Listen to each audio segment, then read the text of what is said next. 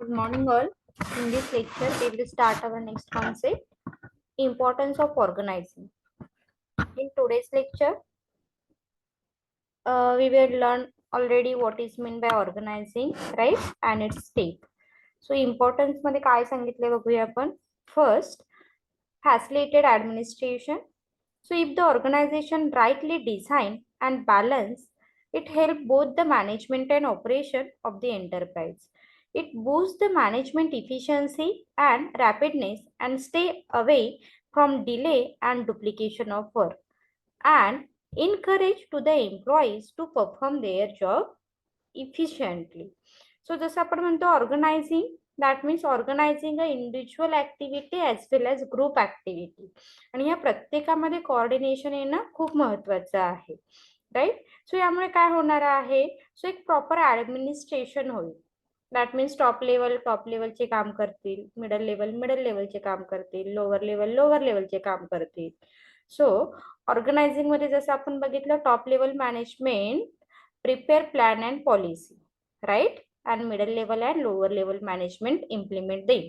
त्यामुळे ही इफिशियन्सी जी असणार आहे ही एक मेंटेन करण्याचं काम ऑर्गनायझिंग मुळे बघायला मिळतं आपल्याला. Second point, facilitate growth and diversification. So it make the possible for the enterprise to enter new line of the business. म्हणजे सगळेच जण सपोज टॉप लेवल मॅनेजमेंट प्रत्येक गोष्टीत लक्ष घालतंय का हो, नाही, तर ते काय करताय, त्यांचं काम प्लॅन पॉलिसी प्रिपेअर करण्याचं काम त्यांनी केलं. मिडल लेवल आणि लोअर लेवलने काय केलं, तर त्या गोष्टी इम्प्लिमेंट करण्याचं काम केलं. That means top level management concentrate on other और मोर थिंग. जसं डायव्हर्सिफिकेशन आहे, जशी ग्रोथ आहे ऑर्गनायझेशनची, यावरती ते काय करू शकतात, तर कॉन्सन्ट्रेट करू शकतात. So it make possible for the enterprise to enter the new line of the business. The enterprise possess necessary adaptability to face new challenges. The organization structure is the framework within which the companies grow. Thus, the organization facilitated growth and diversification of the enterprise. आणि ही growth and diversification कधी possible होईल, that means organization properly coordinate each and every activity and achieving goals and objective effectively. म्हणजे तुमचं जे काम आहे हे खूप छान पद्धतीने चालू आहे, तुम्ही कुठेही वेस्ट करत नाही आहात, तुमचे जे रिसोर्सेस आहेत त्याचं ऑप्टिमम लेवलवरती युटिलायझेशन करता आहात. दॅट मीन्स तुमचे ऑर्गनायझेशन एक बेस्ट आहे.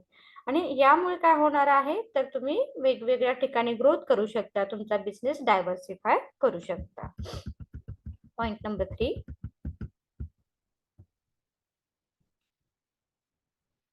ensure optimum use of technological improvement. A good organizational setup permit adoption of new technology.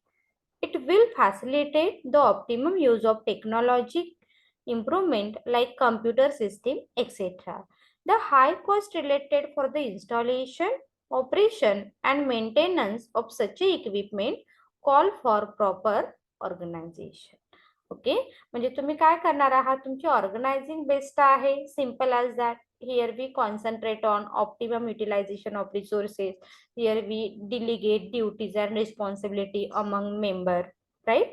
आणि जास्तीत जास्त नवीन गोष्टी अडॉप्ट करण्याचा इथे तुम्ही प्रयत्न करत आहात. That means technological improvement or optimum utilisation of resources.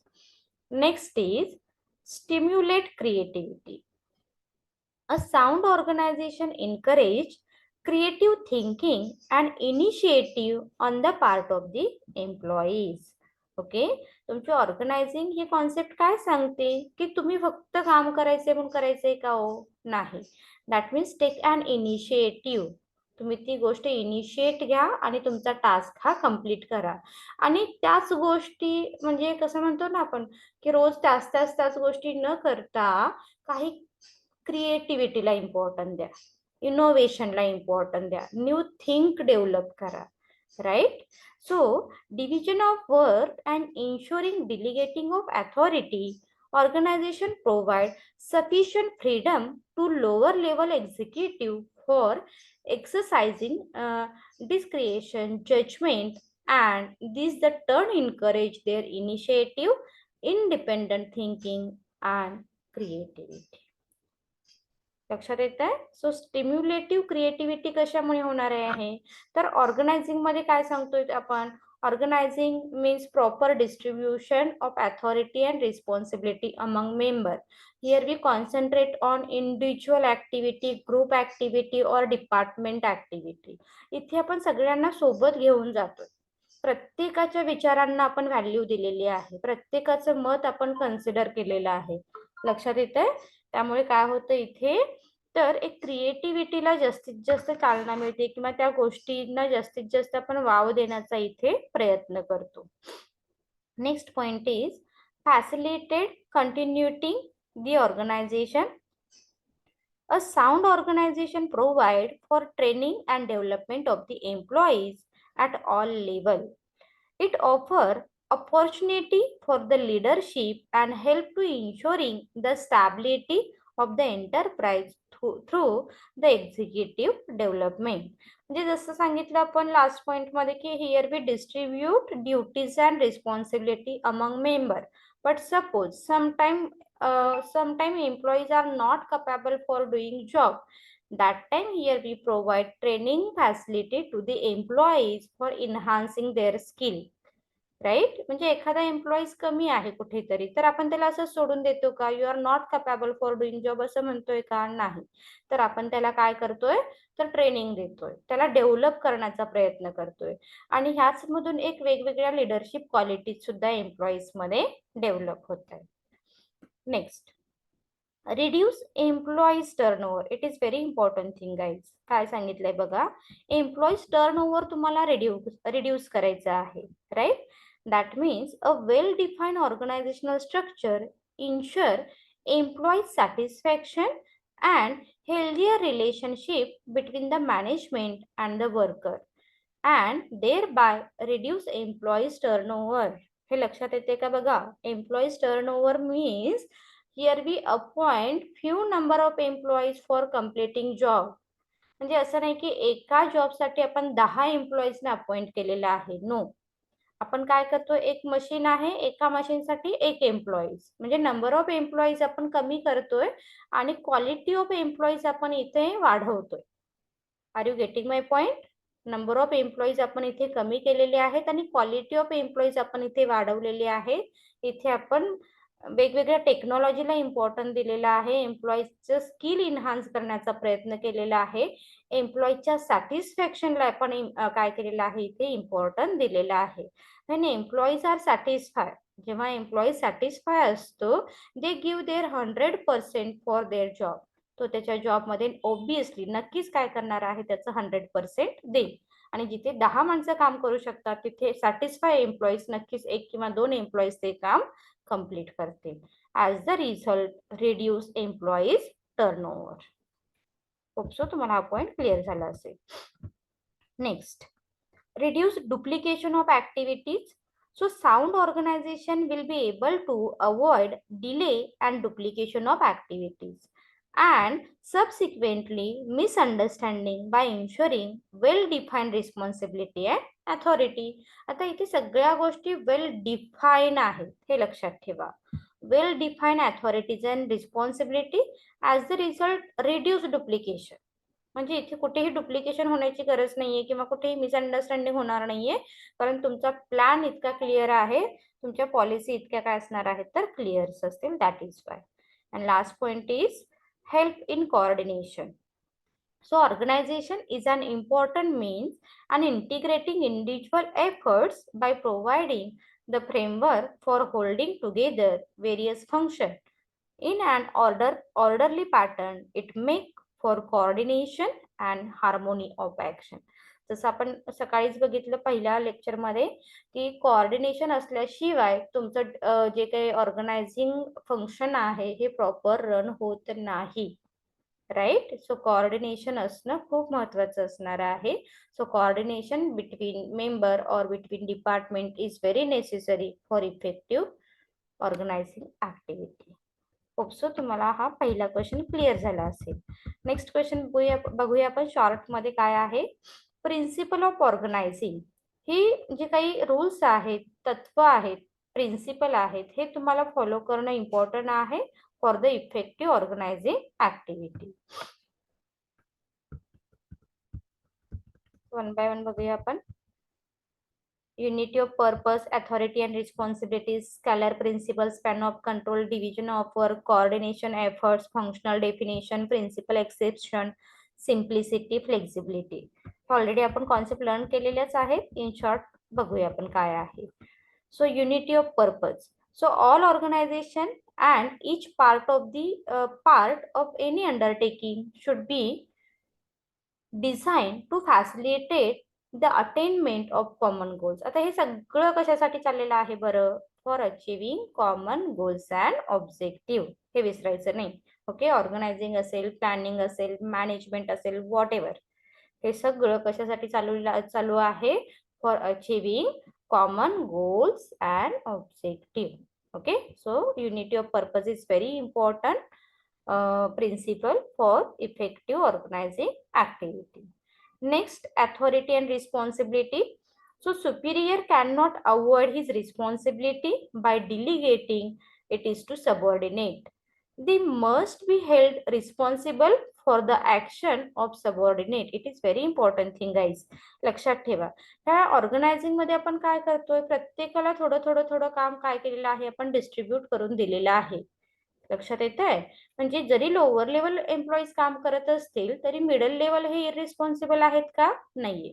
Lower level एम्प्लॉईजने जर नाहीच काम केलं तर आन्सर कोण कोण देईल? मिडल लेवल मॅनेजरला आन्सर द्यावं लागेल टॉप लेवलला, की का नाही काम झालेलं, कुठे मिस्टेक झालेले आहेत, का डिले होतोय. त्यामुळे authority and responsibility it is very important for superior also. Okay, superior साठी सुद्धा ती तितकीच महत्वाची असेल. Next, scalar principle. There should be a clear line of formal authority called the scalar principle. We were already learned. That means top to bottom, top level, middle level, lower level, he principal follow होणं खूप महत्वाचं आहे. असं नाहीये की lower level कडे जास्त authority असते का? हो, कधी नाही. अथॉरिटी ही जास्त कोणाकडे असणार आहे? टॉप लेवल मॅनेजमेंट कडे असेल. जास्त काम कोण करेल? लोअर लेवल मॅनेजमेंट करेल. ओके, म्हणजे जी ऑपरेशनलची कामं आहेत ती लोअर लेवल करेल. ऍडमिनिस्ट्रेशनची जी कामं आहेत ही टॉप लेवल करेल. That means this is called the scalar principle. Span of control. So it is very interesting concept. Span of control, it is also very important for effective organizing. So superior cannot supervise directly the work or more subordinate than he can effectively manage. Span of control म्हणजे काय? तर एका सुपिरियरच्या under किती subordinate काम करतायत. म्हणजे suppose जसं आपण सांगितलं की सबऑर्डिनेट हे खूप छान आहेत हा, सगळे तुमच्यासारखे खूप ऐकणारे आहेत, तर काय करू शकतो Superior? They can easily handle, he or she can easily handle. Number of supervisor जर जास्त आहे तरी सुद्धा तो हँडल करेल. काही वेळा असं होतं की सबऑर्डिनेट ऐकत नाहीयेत, काम करत नाहीयेत, त्यावेळी थोडंसं हँडल करणं डिफिकल्ट होऊ शकतं. याला स्पॅन ऑफ कंट्रोल म्हणतात. आपण ते डिटेल बघणारच आहोत. वाईड स्पॅन ऑफ कंट्रोल काय आहे, नॅरो स्पॅन ऑफ कंट्रोल काय आहे.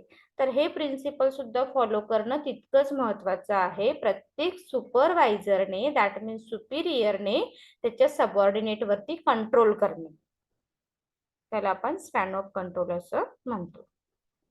Division of work. The work of every person in the organization should be divided in a such a way that every individual perform single function. Okay, so the work of every person in the organization should be divided in such a way that every individual performs single function. म्हणजे इथे एकमेकांच्या वर्कची link असतेच. लक्षात ठेवा. म्हणजे एकाचं काम राहिलं तर दुसऱ्याच्या कामावरती त्याचा इफेक्ट होतो. बट अशा पद्धतीने काय केलेलं आहे? डिव्हिजन ऑफ वर्क इथे डिस्ट्रीब्यूट केलेलं आहे. That means each and every employees engage in the organisational day to day activity. Okay, next, coordination of efforts. So coordination is very essential for smoothly conducting of organizing activity. Okay, so the ultimate aim of all organization is smooth effective coordination. So जसं आपण कोऑर्डिनेशनला खूप इथे important दिलेलं आहे. Functional definition, authority and responsibility of every individual should be clearly defined. Every position in every organization should be clearly designed in a writing. म्हणजे असं आपण orally सांगितलंय, हा हे बाबा तुझं इतकं काम आहे, हे तुला कम्प्लीट करायचंय. No, it is not a effective way. Effective way कधी म्हणतो, प्रत्येक एम्प्लॉईची ड्युटी काय आहे, अथॉरिटी काय आहे, रिस्पॉन्सिबिलिटी काय आहे, हे रिटर्न फॉर्म मध्ये असणं खूप महत्वाचं आहे. This is called the functional definition. Are you getting my point? So हे खूप महत्वाचं असणार आहे, तरच तुमची ऑर्गनायझिंग इफेक्टिव्ह होऊ शकते असं म्हटलं जातं. Next, principle of exception. So every manager should take all the everyday decision himself. Only exceptional matter beyond the scope of authority should be referred to higher authority. जसं आपण सांगितलं की टॉप लेवलचं सगळीकडे लक्ष असणं गरजेचं आहेच. टॉप लेवल काय करतायत, प्लॅन पॉलिसी प्रिपेअर करतायत, मिडल लेवल लोअर लेवल त्या इम्प्लिमेंट करतायत. आणि म्हणून टॉप लेवल काय करेल, काही एक्सेप्शनल प्रिन्सिपल हे खूप महत्वाचं आहे, exception. So principle of exception मध्ये every manager should take all the everyday decision. प्रत्येक जण आपले आपले डिसिजन आपल्या आपल्या कामाशी घेत असतो, but main decision taken by only top level management. लक्षात ठेवा, ती फक्त हायर अथॉरिटीकडे असणार आहे. Next, simplicity. The structure of the organisation should be simple and easy with the least number of level. खूप तुमच्याकडे नंबर ऑफ लेवल असता कामा नये इफेक्टिव्ह ऑर्गनायझेशनसाठी. लेवल ह्या 3 असाव्यात, top level, middle level, lower level. आणि सिम्पल स्ट्रक्चर असेल, that means we can easily implement our plan and policy in a effective manner. And last point is flexible. The organisational structure should be very flexible in nature. ते असायलाच हवं. Okay, so organisational structure हे कसं असायला हवं, flexible असायला हवं. आपल्याला आपल्या कन्व्हिनियंट प्रमाणे, सिच्युएशन प्रमाणे ते चेंज करता येणं सुद्धा तितकंच महत्वाचं आहे. So these are some principle for effective organising activity. हे यूज करणं, ह्या गोष्टी फॉलो करणं खूप महत्वाचं आहे. होपसो तुम्हाला आजचे दोन्ही क्वेश्चन क्लिअर झाले असतील. त्यातूनही काही डाऊट असेल तर तुम्ही मला कमेंट सेक्शन मध्ये विचारू शकता. थँक्यू.